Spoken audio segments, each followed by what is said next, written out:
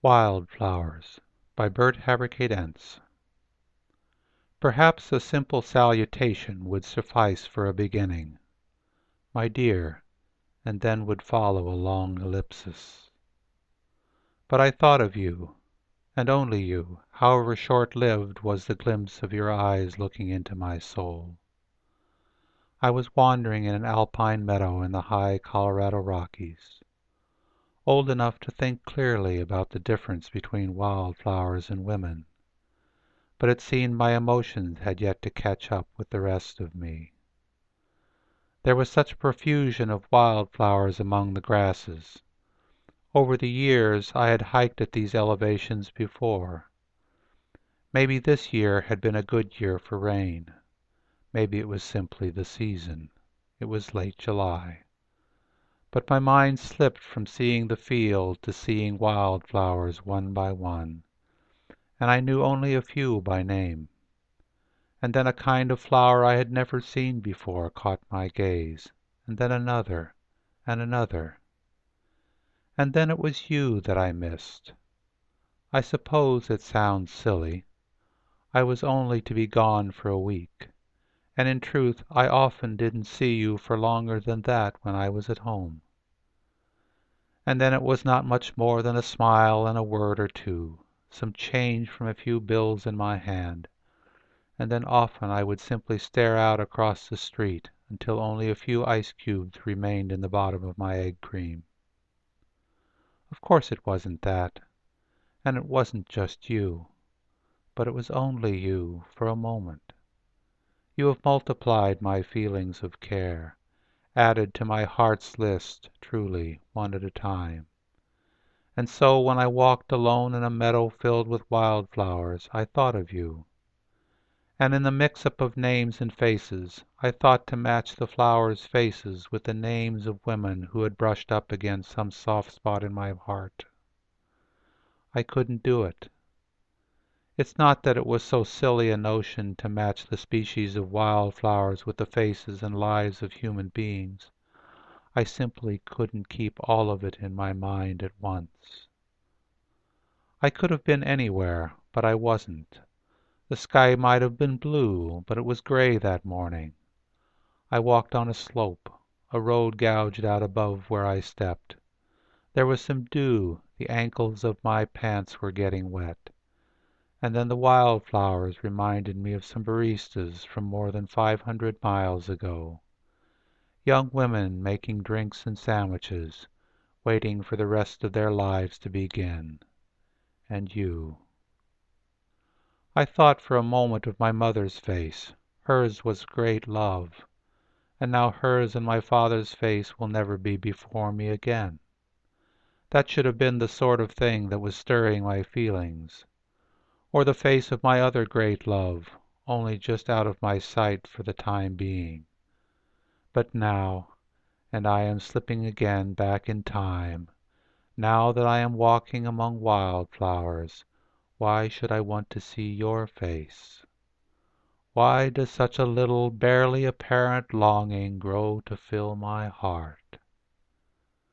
There were some wildflowers called asters, I think, round circles of lavender rays, already loosely bunched for picking, but they wouldn't be separated from the earth by my hand from the cool and fiery field of other flowers. And Indian paintbrush, an orange so brilliant it seems to become red. And then already I was running out of names, and one after another there were more wildflowers. And I had to look away or lose my mind, maybe my heart. I confess I don't even know what those words mean. This is not heartache, it is heart overflowing. If that sounds like nonsense on this page, the feeling still seems right, if at the same time somewhat lacking in propriety. And then time passes. A day or two later I am back on the road again, heading for home. And now I shall miss the wildflowers I could not name. And another very early morning the bristlecone pines, stark black, reaching up against a starry sky. I shall only be able to recall that I had seen Orion's belt, 3 stars rising straight up in the east over the hard black ridge across the valley. And another time the pyrite glimmering in the rocks in bright day. The very same sun and stars will shine on me when I am back home, of course, but not quite the way I saw them on that singular morning. And surely context matters. And you see, each star also seemed to want a name as well, and I couldn't manage it. There is a constellation or two that makes me think of people that I love, and there is one that makes me think of you. And so, perhaps, I will also miss that early morning left-over patch of snow on Mount Bras, reflecting the gradually lightening sky into my eyes, or perhaps the snow reflected the half-illuminated moon, the very same moon, a singular moon, reflected in a pool of clear water, rippling away when I reached for it. I was only passing through the Colorado Rockies, and yet for a time, heading toward home, I would still miss the sound of water murmuring through beaver ponds. But as the prophet saith, the grass withers and the flowers of the field fade.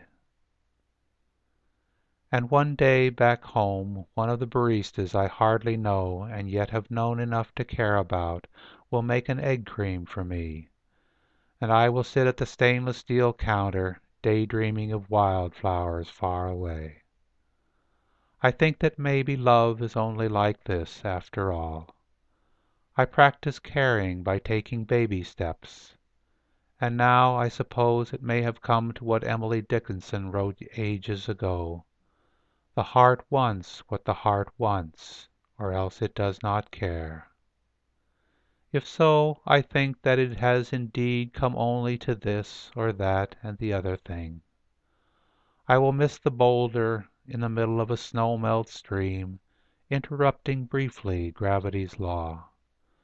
And I can hope that my high-altitude sunburn will hide the flush in my cheeks when I see your eyes that I had missed seeing a little when I wandered alone among the wildflowers.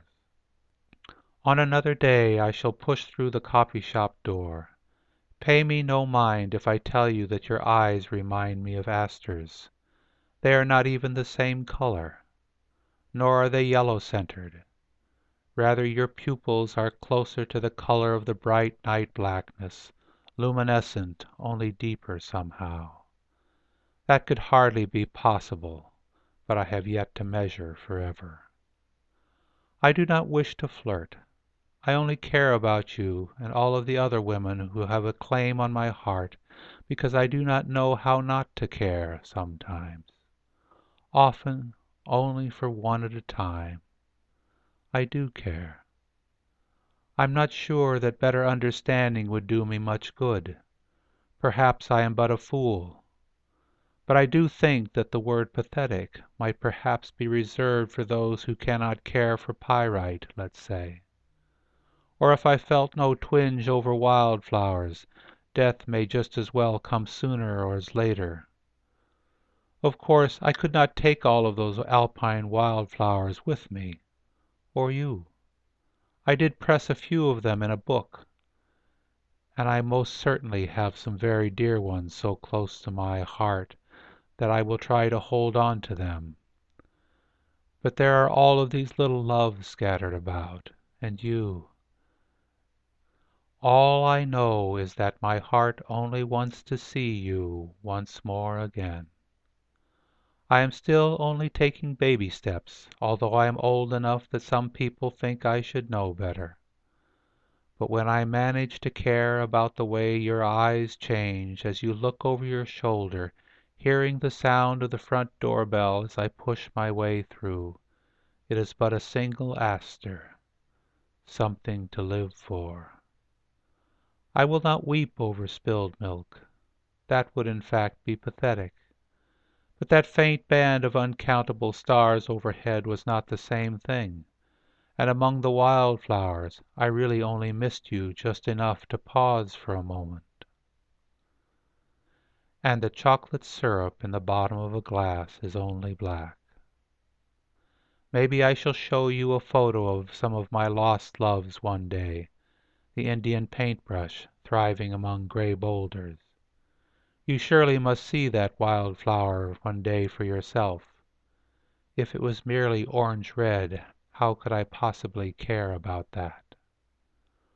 One night, early morning, I walked alone in my moon shadow, and one morning, night gone, there was a clear blue sky.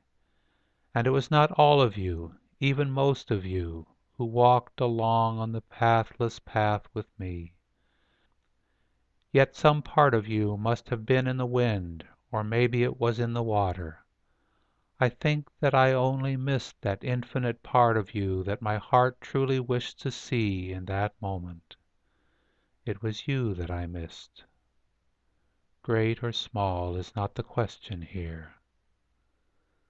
So if you will look carefully, the angle from the sun shining just right will make the pyrite in the rocks glimmer like silver or pale gold. It will help if you are not easily fooled by what might be or not be. Attend. And if wildflowers will remind you of small loves or large ones, you're apt to see beauty wherever you look. Enough to waken your heart, my dear. Yours truly.